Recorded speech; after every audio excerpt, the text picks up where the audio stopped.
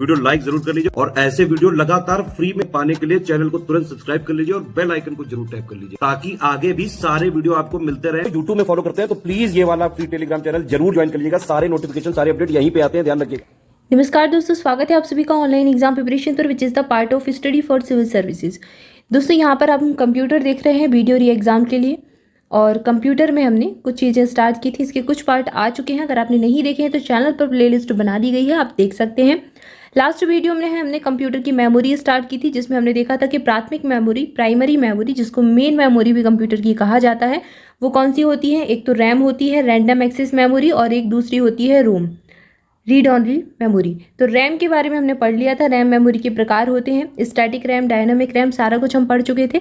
अब हम स्टार्ट करेंगे आज रोम, रीड ऑनली मेमोरी, और इसके पार्ट्स देखेंगे कौन कौन सी प्रकार की होती है। जैसे ई रोम होता है, पी रोम होता है, ई पी रोम होता है, तो इन सबको देखने वाले हैं। तो चलिए स्टार्ट करते हैं।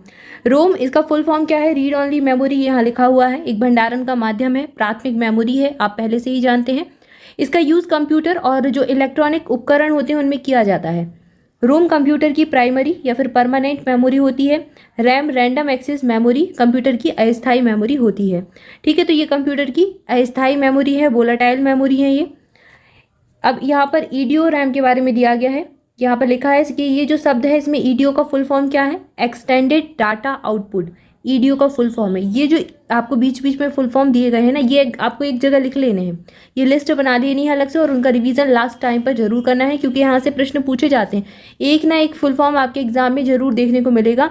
किसी भी अगर एग्जाम में कंप्यूटर पूछा जाता है तो एक ना एक फुल फॉर्म जरूर एग्जाम में पूछ लेते हैं।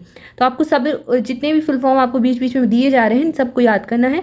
ईडीओ का फुल फॉर्म है एक्सटेंडेड डेटा आउटपुट, और रैम का फुल फॉर्म तो वही हो जाएगा, रैंडम एक्सेस मेमोरी। क्लियर है? रजिस्टर सीपीयू में लगा एक उच्च गति वाला इलेक्ट्रॉनिक भंडारण इकाई है। रोम और ईपी प्रोम और जो है इसका यूज़ किया जाता है। रजिस्टर का यूज़ किस में किया जाता है? रोम में करेंगे, या फिर इरेजेबल प्रोग्राम इन रीड ऑनली मेमोरी, ये इसका फुल फॉर्म हो जाएगा, इसमें करेंगे। या रैम, कैश और रजिस्टर आदि से स्लो मेमोरी होती है। ठीक है, तो यहाँ पर ये इसके बारे में बताया गया है, रोम के बारे में। इसके बाद यहाँ पर लिखा हुआ है फर्मवेयर के बारे में। फर्मवेयर के बारे में पढ़ेंगे। फर्मवेयर के बारे में प्रश्न एग्जाम में पूछ चुके हैं। यह एक प्रकार का कंप्यूटर प्रोग्राम होता है जो रोम में रहता है। इसको हम BIOS कहते हैं। ठीक है, BIOS इसको कहा जाता है, बेसिक इनपुट आउटपुट सिस्टम, ये इसका फुल फॉर्म हो जाएगा BIOS का। यह प्रोग्राम कंप्यूटर स्टार्ट करते समय कंप्यूटर की मेन मेमोरी में लोड होकर कंप्यूटर की सभी इनपुट आउटपुट और सभी प्रोग्रामों को चेक करता है, और इस प्रक्रिया को क्या कहा जाता है? बूटिंग कहा जाता है। जब आप कंप्यूटर का स्विच ऑन करते हैं तो थोड़ा टाइम लगता है कंप्यूटर को स्टार्ट होने में, तो वो प्रोसेस क्या होती है? वो प्रोसेस बूटिंग कहलाती है। उस समय क्या होता है? उस टाइम पर कंप्यूटर का जो कंप्यूटर को स्टार्ट करते टाइम जो कंप्यूटर की मेन मेमोरी है उसमें कंप्यूटर के सारे इनपुट आउटपुट प्रोग्राम आदि को चेक किया जाता है। तो ये BIOS, basic input output system, ये काम करता है। फर्मवेयर एक प्रकार का कंप्यूटर प्रोग्राम है जो कि रोम में रहता है, रीड ऑनली मेमोरी के अंदर रहता है। इसको हम बेसिक इनपुट आउटपुट सिस्टम कह सकते हैं। क्लियर है? तो ये सारी चीज़ें याद रखनी है, एग्जाम में पूछी जाएंगी। अब आगे दिया गया है कंप्यूटर विज्ञान में रोम का विस्तारित रूप रीड ऑनली मेमोरी है। इसका फुल फॉर्म देख ही चुके हैं। रोम कंप्यूटर और अन्य इलेक्ट्रॉनिक उपकरणों में यूज़ की जाने वाली एक नॉन वोलेटाइल मेमोरी का प्रकार है। रैम कैसी मेमोरी थी? वोलेटाइल मेमोरी थी। रोम कैसी मेमोरी है? नॉन वोलेटाइल मेमोरी है। ठीक है, ये एक परमानेंट मेमोरी है, और ये एक अस्थायी मेमोरी थी, ये स्थायी मेमोरी हो जाएगी। क्लियर है दोनों ही प्राइमरी मेमोरी। ठीक है, कंप्यूटर की मेमोरी दो प्रकार की होती है, एक प्राइमरी मेमोरी होती है और एक सेकेंडरी मेमोरी होती है। एक प्राथमिक मेमोरी, एक द्वितीयक मेमोरी। तो प्राथमिक मेमोरी में रैम और रोम आ जाते हैं, रैम और रोम आ जाते हैं। ठीक है, ये फर्स्ट प्राइमरी मेमोरी है। सेकेंडरी मेमोरी, रैम कैसी मेमोरी है? रैम आपकी वोलेटाइल मेमोरी है, अस्थायी मेमोरी जिसको कहा जाता है। ठीक है, रैंडम है क्योंकि रैंडम एक्सेस मेमोरी है, अगर आप कंप्यूटर को ऑफ कर देंगे तो इसमें जो डेटा है वो चला जाएगा। रीड ऑनली मेमोरी आपकी स्थायी मेमोरी है, परमानेंट मेमोरी है, और इसको नॉन वोलेटाइल मेमोरी कहा जाता है। कैसी? नॉन वोलेटाइल, ये वोलेटाइल है। ये दोनों चीज़ें याद रखी हैं, अभी तक क्लियर है? इसके बाद जो सेकेंडरी मेमोरी है, द्वितीयक मेमोरी है, इसको हम पढ़ेंगे आगे। ये कौन सी होती है? ये आपकी फ्लॉपी डिस्क ड्राइव और आपकी पेन ड्राइव, ये सारी जो है CD, ये सब द्वितीयक मेमोरी है, जहाँ पर आप अलग से कंप्यूटर में लगाकर अपना डेटा स्टोर करते हैं। ठीक है, तो अभी हम एक एक करके पढ़ रहे हैं। अभी हमने रैम पढ़ लिया है, अब हम रोम को स्टार्ट किया है, तो इसको देख रहे हैं। अब यहाँ पर ये लिखा है नॉन वोलेटाइल मेमोरी का एक प्रकार है। रोम में संग्रह डेटा को केवल पढ़ा जा सकता है। यह एक फर्मवेयर सॉफ्टवेयर जो बारीक से विशिष्ट हार्डवेयर से जुड़ा होता है। ठीक है। रोम रीड ऑनली मेमोरी फिर से यहाँ दिया गया एक स्थायी इलेक्ट्रॉनिक मेमोरी है। इसमें जो डेटा संग्रहित होता है, जो डेटा स्टोर होता है, जो सूचनाएं स्टोर होती हैं वो स्वयं नष्ट नहीं होती और उन्हें बदला भी नहीं जा सकता। रोम में सूचनाएं निर्माण के समय ही भर दी जाती हैं। जब कंप्यूटर को बनाया जाता है उसी टाइम पर इसमें इंफॉर्मेशन डाल दी जाती है। कंप्यूटर इन्हें केवल पढ़ सकता है, इनमें परिवर्तन नहीं कर सकता। ठीक है, इसमें कुछ भी चेंजेस नहीं किए जा सकते। इसको सिर्फ आप पढ़ सकते हैं, केवल रीड ऑनली मेमोरी है, फुल फॉर्म ही है इसका। ठीक है, सिर्फ इसको पढ़ा जा सकता है, स्थायी मेमोरी, इसमें परिवर्तन नहीं होते। क्लियर है, नॉन वोलेटाइल इसलिए इसको कहा जाता है। कंप्यूटर की सप्लाई अगर बंद कर देंगे, ऑफ कर देंगे तो भी रोम में सूचनाएं बनी रहेंगी। और अगर रैम में क्या होगा, रैम की सूचनाएं चली जाएंगी क्योंकि वो रैंडम एक्सेस मेमोरी है। रोम स्थायी मेमोरी का प्रकार है। इसके इंटरनल पावर सप्लाई के स्विच ऑफ होने पर भी इसमें नष्ट नहीं होते। इसके जो अगर आपका जो डेटा है वो नष्ट नहीं होगा। यूजर रोम में नहीं लिख सकता क्योंकि इसकी अंतर्वस्तु को रोम के निर्माण के समय ही लिख दिया जाता है। ये वही चीज़ जो अभी हमने पढ़ी। रोम में स्थायी प्रोग्राम और अन्य प्रकार का डेटा स्टोर किया जाता है जिसकी आवश्यकता कंप्यूटर का यूजर प्रोग्राम को एग्जीक्यूट करने के टाइम पर करता है। ठीक है, जब कंप्यूटर को एग्जीक्यूट किया जाता है, कंप्यूटर से काम किया जाता है तो उसका यूज़ किया जाता है, जो इन्फॉर्मेशन रोम में लगी होती है, जो इन्फॉर्मेशन रोम में डाली जाती है। भाई डेटा जो मेमोरी के निर्माण के समय ही रिकॉर्ड किया गया हो उसे प्रयोक्ता परिवर्तित या फिर मिटाकर नहीं रख सकता और केवल रीड कर सकता है, केवल पढ़ सकता है। रोम को रीड ऑनली मेमोरी भी कहा जाता है। यह नॉन वोलेटाइल मेमोरी है। इस मेमोरी को कंप्यूटर बनाते समय लगा दिया जाता है। इसमें ऑपरेटिंग सॉफ्टवेयर और प्रोग्राम होते हैं जिसको केवल रीड किया जा सकता है। इसमें किसी प्रकार का बदलाव नहीं होता है और रोम को निम्न प्रकार से लिख सकते हैं, जैसे कि EEPROM होता है आपका electronic programmable read only memory, और एक EEPROM होता है इरेजेबल वाला जो होता है। ठीक है, इरेज कर सकते हैं, एक ऐसी रोम होती है। इरेज करने की अलग से टेक्निक होती है, इसको देखेंगे आगे। ठीक है, अब यहाँ पर प्रोम के बारे में दिया गया है। प्रोम का फुल फॉर्म होता है प्रोग्रामेबल रीड ऑनली मेमोरी। इसका नाम याद रखना है, एग्जाम में पूछ सकते हैं। प्रोम एक विशेष प्रकार की रोम है जिसको विशेष प्रक्रिया द्वारा उपयोगकर्ता के अनुकूल डेटा को प्रोग्राम किया जा सकता है। एक बार प्रोग्राम कर दिए जाने के बाद यह सामान्य रोम की तरह ही व्यवहार करता है। इसके बाद है EEPROM का फुल फॉर्म होता है erasable programmable read only memory, जिसको मिटा सके। इरेजेबल मतलब जिसको मिटाया जा सके। यह प्रोम की तरह स्थायी मेमोरी है परंतु इसमें वर्निंग प्रक्रिया के द्वारा परावैंगनी किरणों की सहायता से दोहराई जा सकती है। मतलब परावैंगनी किरणों की सहायता से इसमें जो प्रक्रिया है उसको दोहरा सकते हैं, इसको जो डेटा है उसको रेज कर सकते हैं। इसे परावैंगनी EEPROM भी कहा जाता है। EEPROM प्राइमरी मेमोरी के अंतर्गत आने वाली स्थायी मेमोरी का एक प्रकार है। इसे रैंडमली एक्सेस किया जा सकता है, नॉन वोलेटाइल मेमोरी से कहते हैं। इसमें परावैंगनी किरणों की सहायता से पुराने प्रोग्राम को नए प्रोग्राम से रिप्लेस किया जा सकता है। परिवर्तित जो डेटा है उसको स्टोर करने के लिए EEPROM मेमोरी का यूज़ किया जाता है। EEPROM का विस्तृत फुल फॉर्म होता है erasable programming read only memory. ठीक है, ये स्टार्टिंग में भी दिया गया था। इसके बाद आता है EEPROM। इसका फुल फॉर्म क्या है? इसका फुल फॉर्म होता है electrically erasable programmable read only memory.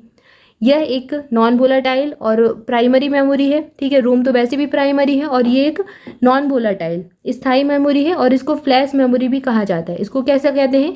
EEPROM को फ्लैश मेमोरी भी कहते हैं। इस प्रकार के रोम में को सर्किट से निकाले बिना इस पर उच्च विद्युत विभव की सहायता से पुराने प्रोग्राम को हटाकर नया प्रोग्राम लिखा जा सकता है। जो EEPROM था उसमें परावैंगनी किरणों की सहायता से प्रोग्राम को हटाकर नया प्रोग्राम लिख रहे थे। इसमें क्या है? इसमें एक विद्युत की सहायता से, ठीक है, जो है विद्युत किरणों की सहायता से, विद्युत विभव की सहायता से पुराने प्रोग्राम को हटाकर नया लिख रहे हैं। तो इरेजेबल ये वाली भी है, लेकिन ये इलेक्ट्रिकली इरेजेबल है और ये सिर्फ इरेजेबल थी। क्लियर है? तो इसमें नया प्रोग्राम लिख देते हैं। इसका प्रयोग प्रायः अनुसंधान में किया जाता है। जो रिसर्च इंस्टीट्यूट होते हैं वहाँ पर जो रिसर्च वाले कंप्यूटर हैं उनमें इसका यूज़ करते हैं। फ्लैश मेमोरी एक पोर्टेबल सेमीकंडक्टर मेमोरी है। इसमें रोम और रैम दोनों की विशेषताएं मौजूद होती हैं। कैश मेमोरी एक अस्थायी मेमोरी है। रैम की तुलना में तेज अस्थायी प्राइमरी मेमोरी का एक प्रकार है। यह रैंडमली एक्सेस मेमोरी है। तो कैश मेमोरी के बारे में हमने रैम में ही पढ़ा था। ठीक है, देखा था ना रैम में। इसके अलावा इसका यूज़ मेमोरी प्रोसेसर के बीच गति अवरोध को दूर करने के लिए किया जाता है। तो ये कैश के बारे में ही दिया गया है कि कैश मेमोरी का काम क्या होता है। इसके अलावा कैश मेमोरी का आकार 256 KB से 4 MB तक होता है। ये एग्जाम में पूछ सकते हैं। अतः यह रैम की तुलना में छोटी होती है, जबकि क्रम के अनुसार मेमोरी एक द्वितीयक प्रकार की मेमोरी है। ठीक है, तो ये मैग्नेटिक टेप के बारे में दिया गया है। ये कैसी? सेकेंडरी मेमोरी है। अब यहाँ पर हमने रैम और रोम के बारे में जान लिया। अब आगे दिया गया है गति भेद को समायोजित करने के लिए प्रयुक्त बफर को कैश कहते हैं। अब यहाँ कैश मेमोरी के बारे में ही बताया गया है। ठीक है, जब कैश में कोई चीज़ चली जाती है, कैश मेमोरी में कोई चीज़ रहती है, तो फिर आपके कंप्यूटर की स्पीड या फिर कहीं आप जब काम करते हैं तो आपको कुछ आसानी होती है, क्योंकि ऑलरेडी आपका वो डेटा कैश में डला होता है तो वो तुरंत से आ जाता है, आपको पूरा टाइप भी नहीं करना पड़ता। तो कई सारी चीज़ें आपकी स्पीड को बढ़ा देती हैं अगर वो कैश में होती हैं तो। यह मेमोरी का ही एक भाग है जिसे अस्थायी स्टोरेज के लिए यूज़ किया जाता है। इसमें वैसा डेटा रखे जाते हैं जिनका बार बार ज़रूरत पड़ती है। इससे कंप्यूटर की प्रोसेसिंग गति में वृद्धि होती है। कैश कई स्तरों पर होता है। सामान्यतः जिस कैश की बात की जाती है उसकी गति रैम से ज़्यादा है, प्रोसेसर से कम है। यह मेमोरी जो है रेफरेंस की स्थिति के सिद्धांत पर कार्य करती है। इसका कार्य प्रोसेसर और रैम के मध्य एक पुल की भांति कार्य करना है ताकि दोनों की प्रोसेसिंग गति में अंतर को कम किया जा सके। तो ये मेमोरी का काम क्या होता है, जैसे कि आपने कंप्यूटर को कुछ इंस्ट्रक्शन दिए, कंप्यूटर से कुछ डेटा आपको लेना है या फिर कुछ, तो सब आपस में मिलकर ही काम करते हैं। बीच में प्रोसेसर होता है, प्रोसेसिंग करने का काम करता है। तो ये सारी चीज़ें आपस में जब मिलकर काम करती हैं, ठीक है, तो फिर क्या होता है, कंप्यूटर की स्पीड थोड़ा सा बढ़ जाती है। अगर कैश मेमोरी में डेटा है जल्दी से आ जाएगा, ठीक है। कई सारी चीज़ें आपको बार बार प्रयोग में करनी है, कोई चिन्ह है, किसी इमेज का यूज़ आपको बार बार करना है, तो वो आपकी कैश में डाला रहेगा तो जल्दी आपको मिल जाएगा। तो कुल मिलाकर ये है कहना इसका। इसके बाद कैश मेमोरी प्रोसेसर के अंदर बनी रहती है, जो मेन मेमोरी या फिर रैम या फिर प्रोसेसर के बीच में काम करती है, वही बात लिखी हुई है।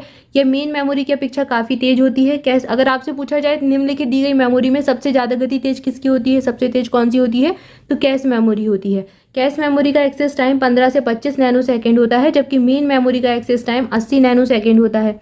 1 नैनोसेकंड बराबर 10 से 3 सेकंड होते हैं। इसके अलावा कैश मेमोरी में ऐसे डेटा और निर्देश स्टोर किए जाते हैं जिनको तुरंत एग्जीक्यूट करना है। ये सारी वही चीज़ें लिखी हैं। मेन मेमोरी में स्टोर किया गया डेटा एड्रेस या फिर निर्देशों के लगने वाले एवरेज एक्सेस टाइम को कम करने के लिए इस्तेमाल किया जाता है। साथ ही साथ यह सिस्टम की ऑपरेटिंग स्पीड को भी बढ़ा देता है। कैश मेमोरी सीपीयू और रैम के बीच में काम करेगी, ठीक है। सीपीयू मतलब वही प्रोसेसर, मतलब प्रोसेसिंग का काम ही तो करता है सीपीयू, सेंट्रल प्रोसेसिंग यूनिट।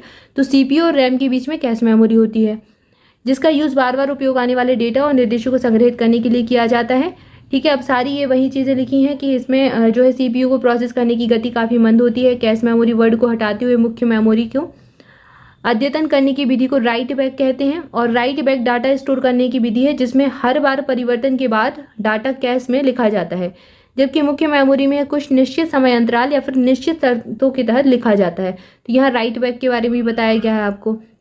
इसके बाद अगला दिया गया है फ्लैश मेमोरी। फ्लैश मेमोरी क्या है, ये कंप्यूटर और अन्य डिजिटल यंत्रों में प्रयुक्त होने वाली एक प्रकार की electrically erasable programmable read only memory है। EEPROM जिसको कहा जाता है, इसको फ्लैश मेमोरी कहते हैं। यह विद्युत शक्ति के ना रहने पर भी बनी रहती है। अगर आपका पावर कट हो जाता है, आप कंप्यूटर को ऑफ कर देते हैं, तो भी ये आपकी मेमोरी बनी रहती है। अब यहाँ पर आगे दिया गया है, यह मेमोरी कंप्यूटर में प्रयुक्त पेन ड्राइव, डिजिटल कैमरा और डिजिटल उत्पादों में मेमोरी प्रयुक्त मेमोरी कार्ड आदि के रूप में बहुतायत में प्रयोग की जा रही है। तो आप जो पेन ड्राइव और डिजिटल कैमरे आदि यूज़ करते हैं, तो इन सब में फ्लैश मेमोरी का ही यूज़ किया जाता है। यह एक प्रकार की EEPROM है, किंतु इसे बड़े बड़े भागों में मिटाया जाता है और प्रोग्राम किया जाता है। साधारण EEPROM को एक एक बाइट करके ही मिटाया जाता है और प्रोग्राम किया जाता है। इस कारण इस पर आंकड़ा लिखने में अपेक्षाकृत समय कम लगता है। जो आप डेटा लिखेंगे वो लिखने में कम टाइम लगेगा जब इसको एक एक करके मिटाएंगे। फ्लैश मेमोरी एक स्थायी इलेक्ट्रॉनिक स्मृति है और ये EEPROM का एक एग्जाम्पल है। इसमें विद्युत की सहायता से सूचनाओं को पुनः लिखा जा सकता है। जो पुराना आपका जो डेटा लिखा हुआ है उसको विद्युत विभव से मिटा सकते हैं और फिर वापस से लिख सकते हैं। ये एक डिजिटल कैमरा, लैपटॉप आदि युक्तियों में सूचनाओं के लिए यूज़ होती है। यह विस्तृत ताप परास 40 डिग्री से 85 डिग्री में से कार्य कर सकती है। ये कम शक्ति का यूज़ करती है, पावर इसमें कम लगता है और यांत्रिक डिस्क ड्राइव से भी ये महंगी होती है। इसके अलावा डेटा का अगर स्थानांतरण करना है भंडारण दर के अनुसार, ये मंद स्मृति, त्वरित स्मृति, ये सब इसमें होती हैं। तो ये इसकी विशेषताएं दी गई हैं। इसे फ्लैश रैम भी कहा जाता है। इसको मिटाया तथा फिर से प्रोग्राम किया जा सकता है। इसका प्रयोग सेल्युलर फ़ोन में किया जाता है, डिजिटल कैमरे में किया जाता है और सेट टॉप बॉक्स में किया जाता है। जो आपके घरों में सेटअप बॉक्स लगे होते हैं जिससे आपकी टीवी आती है, ठीक है, आप टेलीविज़न देखते हैं तो सेटअप बॉक्स का यूज़ करते हैं ना, तो इन सब में इसका यूज़ किया जाता है, ठीक है। तो यहाँ अभी तक हमने प्राइमरी मेमोरी के बारे में देखा। अब नेक्स्ट हम देखेंगे सेकेंडरी मेमोरी के बारे में। तो इसको हम स्टार्ट करेंगे नेक्स्ट वीडियो से। तब तक के लिए आप सभी चैनल के साथ जुड़े रहें। चैनल को सब्सक्राइब जरूर कर दें, वीडियो को लाइक जरूर कर दें। मोर अपडेट्स के लिए टेलीग्राम ग्रुप ज्वाइन कर सकते हैं, उसकी लिंक आपको डिस्क्रिप्शन में मिल जाएगी। इसके अलावा अगर आप स्टडी फॉर सिविल सर्विसेज के किसी भी पेड ग्रुप से जुड़ना चाहते हैं, चाहे वीडियो के एग्जाम के लिए जो न्यू वैकेंसी आई है या फिर वीडियो री एग्जाम का ग्रुप भी चालू है, हमारा ऑलरेडी स्टार्टेड है। अगर आप इसकी तैयारी करना चाहते हैं तो हमारा ग्रुप ज्वाइन कर सकते हैं। वहाँ पर आपको पूरा मटेरियल प्रोवाइड करवाया जाएगा, साथ ही साथ प्रैक्टिस क्विज, टेस्ट सीरीज सारा कुछ अवेलेबल है। आप जो भी ज्वाइन करना चाहते हैं कर सकते हैं। इसके अलावा बीईओ के एग्जाम के लिए, आरओ की प्रिपरेशन करने के लिए, या फिर आप यूपीपीएससी 2024 प्रीलिम्स की तैयारी करना चाहते हैं, या फिर आप यूपीपीएससी 2023 मेंस की तैयारी करना चाहते हैं, full answer writing, test series सारा कुछ अगर ज्वाइन करना चाहते हैं तो कर सकते हैं। इन नंबर्स पर कॉल करके आप इन्फॉर्मेशन ले सकते हैं। यहाँ पर आपको नंबर दिए गए हैं, पर आप कॉल करेंगे तो आपको इन्फॉर्मेशन मिल जाएगी। Thank you for watching this video. स्वस्थ रहें, मस्त रहें, मुस्कुराते रहें, पढ़ाई करते रहें। मिलेंगे नेक्स्ट वीडियो में। Thank you so much.